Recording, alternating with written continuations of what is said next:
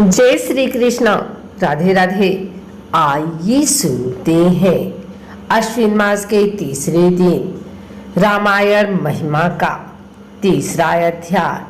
माघ में रामायण सुनने का फल नामक इस अध्याय में राजा सुमति और सत्यवती के पूर्व जन्म का इतिहास और माघ के महीने में रामायण की कथा के श्रवण का फल बताया गया है। आइए सुनते हैं रामायण महात्म्य का तीसरा अध्याय। ब्रह्मर्षि नारद अपने यह अद्भुत इतिहास सुनाया है। अब रामायण के महात्म्य का पुनः विस्तार पूर्वक वर्णन कीजिए। सनत कुमार ने कहा, आपने कार्तिक मास में रामायण की श्रवण की महिमा बताई। अब कृपा पूर्वक दूसरे मास का महात्म्य बताइए।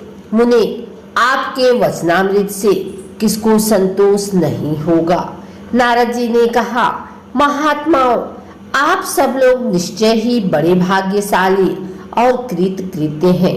इसमें संशय नहीं है कि अपने भक्ति भाव से भगवान श्री राम की महिमा सुनने के लिए उद्धत हुए हैं। ब्रह्मवादी मुनियों ने भगवान श्री राम के महात्म्य का श्रवण पुण्यात्मा पुरुषों के लिए परम दुर्लभ बताया है। महर्षियों, अब आप लोग एक विचित्र पुरातन इतिहास सुनिए जो समस्त पापों का निवारण और संपूर्ण रोगों का विनाश करने वाला है। पूर्व काल की बात है। द्वापर में सुमति नाम से प्रसिद्ध एक राजा हो गए हैं। उनका जन्म चंद्रवंश में हुआ था। वे श्री संपन्न और सातों द्वीपों के एकमात्र सम्राट थे। उनका मन सदा धन में ही लगा रहता था। वे सत्यवादी तथा सब प्रकार की संपत्तियों से सुशोभित थे। सदा श्री राम के सेवन और श्री राम की ही समाधाना में संलग्न थे। श्री राम की पूजा अर्चना में लगे रहने वाले भक्तों के वे सदा सेवा करते थे। उनमें अहंकार नाम भी नहीं था। वे पूज्य पुरुषों के पूजन तत्पर रहने वाले समदर्शी तथा सद्गुण संपन्न थे। राजा सुमति समस्त प्राणियों के हितैषी, शांत, कृतज्ञ और यशस्वी थे। उनकी परम सौभाग्यशालिनी पत्नी भी समस्त शुभ लक्षणों से सुशोभित थी। उसका नाम सत्यवती था। वह पतिव्रता थी। पति में उसके प्राण बसते थे। वे दोनों पति पत्नी सदा रामायण ही पढ़ने और सुनने में संलग्न रहते थे। सदा अन्न का दान करते और प्रतिदिन जलदान में प्रवृत्त रहते थे। उन्होंने असंख्य पोखरों, बगीचों और बावड़ियों का निर्माण कराया था। महाभाग राजा सुमति भी सदा रामायण के ही अनुशीलन में लगे रहते थे। वे भक्ति भाव से भक्ति हो रामायण को ही वाचते अथवा सुनते थे। इस प्रकार वे धर्मज्ञ नरेश सदा श्री राम की आराधना में ही तत्पर रहते थे। उनकी प्यारी पत्नी सत्यवती भी ऐसा ही करती थी। देवता भी उन दोनों दंपति की सदा भूरि भूरि प्रशंसा करते थे। एक दिन उन त्रिभुवन विख्यात धर्मात्मा राजा रानी को देखने के लिए विभांडक मुनि अपने बहुत से शिष्यों के साथ वहां आए। मुनिवर विभांड को आया देख राजा सुमति को बड़ा सुख मिला। वे पूजा की विस्तृत सामग्री साथ ले पत्नी सहित उनकी अगवानी के लिए गए। जब मुनि का अतिथि सत्कार संपन्न हो गया और वे शांत भाव से आसन पर विराजमान हो गए, उस समय अपने आसन पर बैठे हुए भूपाल ने मुनि से हाथ जोड़कर कहा, राजा बोले, भगवान, आज आपके शुभ आगमन से मैं कृतार्थ हो गया, क्योंकि श्रेष्ठ पुरुष संतों के आगमन को सुखदायक बताकर उनकी प्रशंसा करते हैं। जहां महापुरुषों का प्रेम होता है वहीं सारी संपत्तियों अपने आप उपस्थित हो जाती हैं। वहां तेज, कीर्ति, धन और पुत्र सभी वस्तुएं उपलब्ध होती हैं। ऐसा विद्वान पुरुष का कथन है। मुने, प्रभु जहाँ संत महात्मा बड़ी भारी कृपा करते हैं, वहाँ प्रतिदिन कल्याणमय साधनों की वृद्धि होती है। ब्राह्मण, जो अपने मस्तक पर ब्राह्मणों का चरणोदक धारण किया है, उस पुण्यात्मा पुरुष ने सब तीर्थों में स्नान कर लिया, इसमें संशय नहीं है। शांत स्वरूप महर्षि, मेरे पुत्र पत्नी तथा सारी संपत्ति आपके चरणों में समर्पित है। आज्ञा दीजिए, हम आपकी क्या सेवा करें। ऐसी बातें कहते हुए राजा सुमति की ओर देखकर मुनीश्वर विभांडक बड़े प्रसन्न हुए और उन्होंने अपने हाथ से राजा का स्पर्श करते हुए कहा। ऋषि बोले, राजन, तुमने जो कुछ कहा है वह सब तुम्हारे कुल के अनुरूप है। जो इस प्रकार विनय से झुक जाते हैं वे सब लोग परम कल्याण के भागी होते हैं। भोपाल, तुम सन्मार्ग पर चलने वाले हो, मैं तुम पर बहुत प्रसन्न हूँ। महाभाग, तुम्हारा कल्याण हो। मैं तुमसे जो कुछ पूछता हूँ उसे बताओ। यद्यपि भगवान श्री हरि संतुष्ट करने वाले बहुत से पुराण भी थे जिनका तुम पाठ कर सकते थे, तथापि उस माघ मास में सब प्रकार से प्रयत्नशील होकर तुम जो रामायण के ही पारायण में लगे हुए हो तथा तुम्हारी ही साध्वी पत्नी भी सदा से जो श्री राम की ही आराधना में रत रहती है, इसका क्या कारण है? यह वृत्तांत यथावत रूप से मुझसे बताओ। राजा ने कहा, भगवान सुनिए, आप जो कुछ पूछते हैं वह समय बता रहा हूँ। मुने, हम दोनों का चरित्र संपूर्ण जगत के लिए आश्चर्यजनक है। साधु शिरोमणे पूर्व जन्म में मालती नामक शूद्र था। सदा कुमार्ग पर ही चलता और सब लोगों के अहित साधन में ही संलग्न रहता था। दूसरों की चुगली खाने वाला, धर्मद्रोही, देवता संबंधी द्रव्य का अपहरण करने वाला तथा महापतकियों के संसर्ग में रहने वाला था। मैं देव संपत्ति से ही जीविका चलाता था। गोहत्या, ब्राह्मण हत्या और चोरी करना यही अपना धंधा था। मैं सदा दूसरे प्राणियों के हिंसा में ही लगा रहता था। प्रतिदिन दूसरे से कठोर बातें बोलता, पाप करता और वेश्याओं के आसक्त रहता था।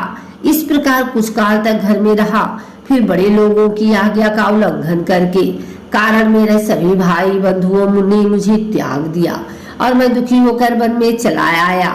वहाँ प्रतिदिन मृगों का मांस खाकर रहता था और कांटे आदि बिछाकर लोगों के आने जाने का मार्ग अवरुद्ध कर देता था। इस तरह अकेला बहुत दुख भोगता हुआ मैं उस निर्जन वन में रहने लगा। एक दिन की बात है, मैं भूखा प्यासा थका मादा निद्रा से झूमता हुआ एक निर्जन वन में आया। वहाँ दैवी योग से वशिष्ठ जी के आश्रम पर मेरी दृष्टि पड़ी। उन आश्रम के निकट एक सरोवर था जिसमें हंस और कारण्व आदि जल पक्षी छा रहे थे।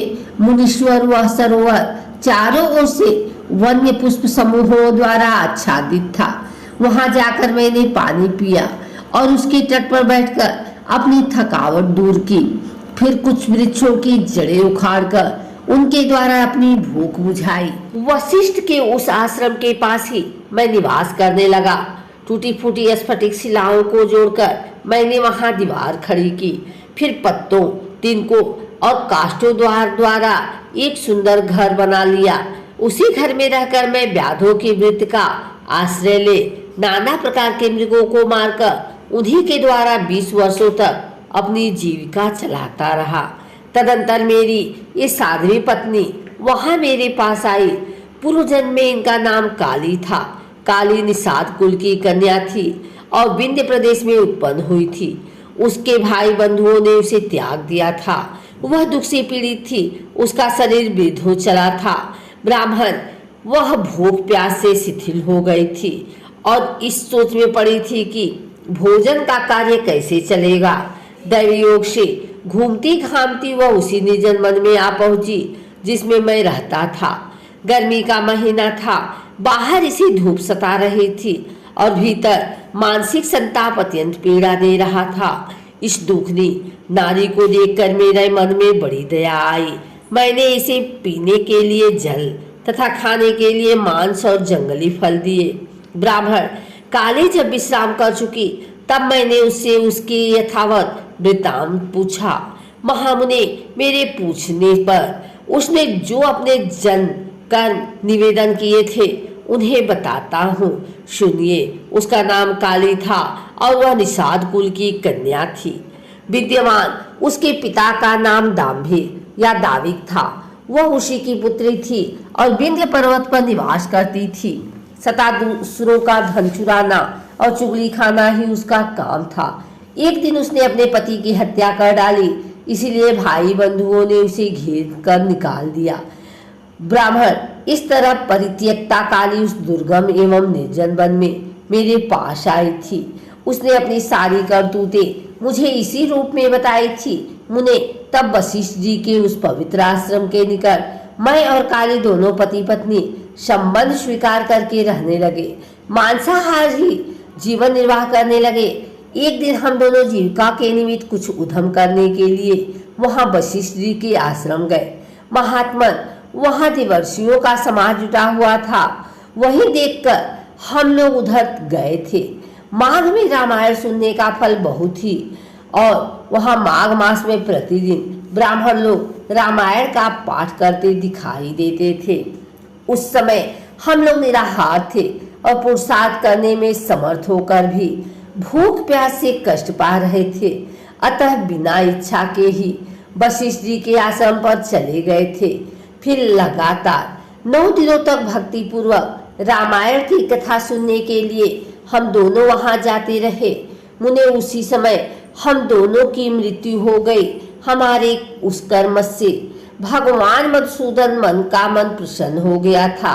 अतः उन्होंने हमें ले आने के लिए दूत भेजे। वे दूत हम दोनों को विमान में बिठाकर भगवान के परम पर उत्तम धाम में ले गए। हम दोनों देवाधिदेव चक्रपाणी के निकट जा पहुंचे। वहां हमने जितने समय तक बड़े बड़े भोग भोगे थे वह बता रहे थे।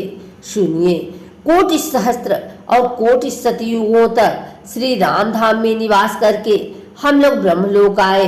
वहां भी उतने ही समय रहकर हम इंद्रलोक में आ गए। मुनि श्रेष्ठ, इंद्रलोक में भी उतने ही काल तक परम उत्तम भोग भोगने के पश्चात हम क्रमशः इस पृथ्वी पर आए हैं। यहाँ भी रामायण के प्रसाद से हमें अतुल संपत्ति प्राप्त हुई है। मुने, अनिच्छा से रामायण का श्रवण करने पर भी हमें ऐसा फल प्राप्त हुआ।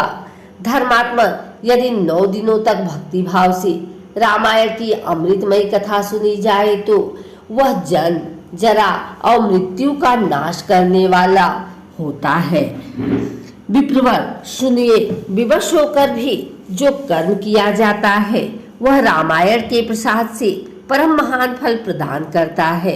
नारद जी कहते हैं, यह सब सुनकर मुनीश्वर विभांडक राजा सुमति का अभिनंदन करके अपने तपोवन को चले गए। विप्रवरों, अतः आप लोग देवाधिदेव चक्रपाणी भगवान श्री हरि की कथा सुनिए। रामायण कथा कामधेनु के समान अभिष्ट फल देने वाली बताई गई है। माघ मास के शुक्ल पक्ष में प्रयत्न पूर्वक रामायण की नवान कथा सुननी चाहिए। माघ में रामायण सुनने का फल बहुत है। वह संपूर्ण धर्मों का फल प्रदान करने वाली है। यह पवित्र आख्यान समस्त पापों का नाश करने वाली है। जो इसे वाचता अथवा सुनता है वह भगवान श्री राम का भक्त होता है। इस प्रकार श्री स्कंद पुराण के उत्तरखंड में नारद सनत कुमार संवाद के अंतर्गत रामायण महात्म्य के प्रसंग में माघ मास में रामायण कथा श्रवण के फल का वर्णन नामक 3रा अध्याय पूरा हुआ।